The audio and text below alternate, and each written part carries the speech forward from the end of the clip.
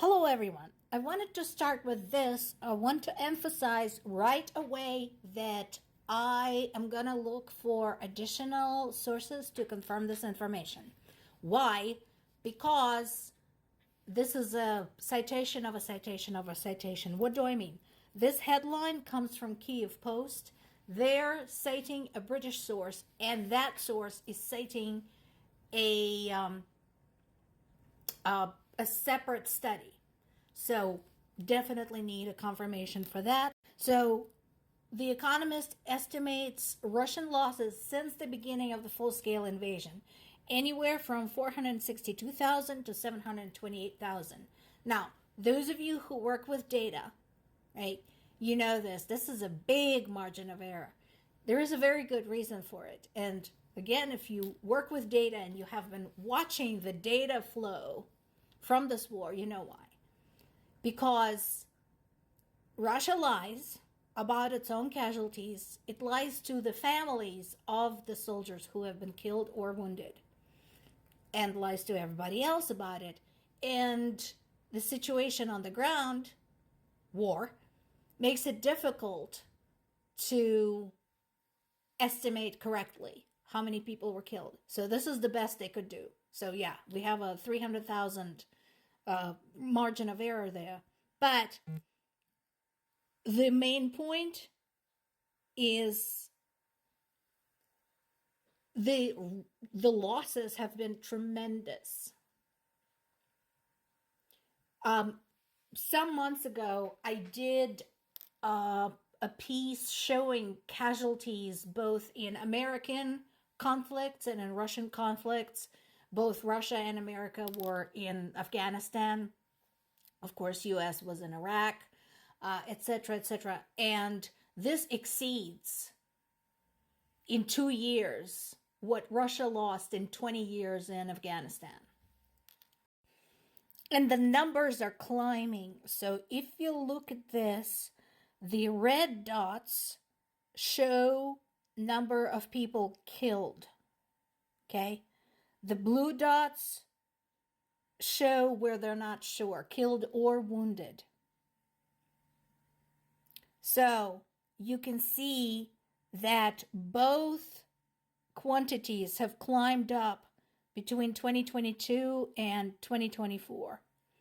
Other sources have been confirming that between May and June, Russia has been losing 1,000 people daily. And of course, the only people who can fix it are Russians themselves. Are you sick and tired of this yet? Are you sick and tired of the fact that you have been told by your government that Ukrainians were going to greet your tanks with flowers and you will get to celebrate in Kyiv in a day? That you're going to have a parade in Kyiv? Are you sick and tired of this idea yet? Because you should be. These are your people. These are your sons and daughters. Just saying. This is Associated Press, and this has been confirmed by other sources. This just has the best summary. Ukrainian drone triggered a warehouse explosion in Russia. And this is something I talked about a lot today when I talked to my parents, by the way. My parents are still alive. And those of you who sent your thoughts and support and positive vibes to my parents, I really, really appreciate it. Thank you. But anyway, so we talked about this. So here's what's going on. This particular one was not that far in. This is one of the closer ones.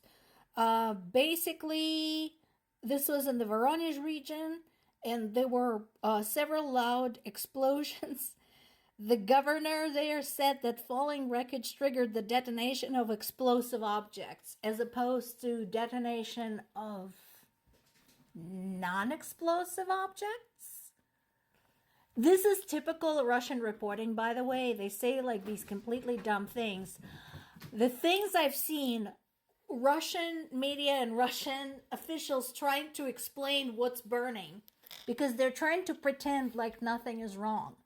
So let's see. The most popular excuse for explaining when something is burning is a grass fire. The second most popular, I'm not joking, I am absolutely serious here. The second most popular excuse is lens effect from the sun, from the sunlight. There have been electrical wiring accidents, improper safety procedures have been blamed. My favorite was when there was a fire at a big military office, and what they said was somebody improperly got rid of a cigarette butt, which fell into a basket full of office papers, and then somebody's hat caught on fire. Folks, I am serious. I'm not making shit up. If you want to read it for yourself, this is worth learning Russian for. Because if you go to like Russia's side of Twitter or Russia's side of Telegraph, oh my freaking God. Of course, the war still continues. There have been more casualties. In this particular case, there has been heavy shelling in Kherson, and 3 people killed there. There was a car crash in the west with 14 people dead. We already talked about people in Sumy left without power and without water.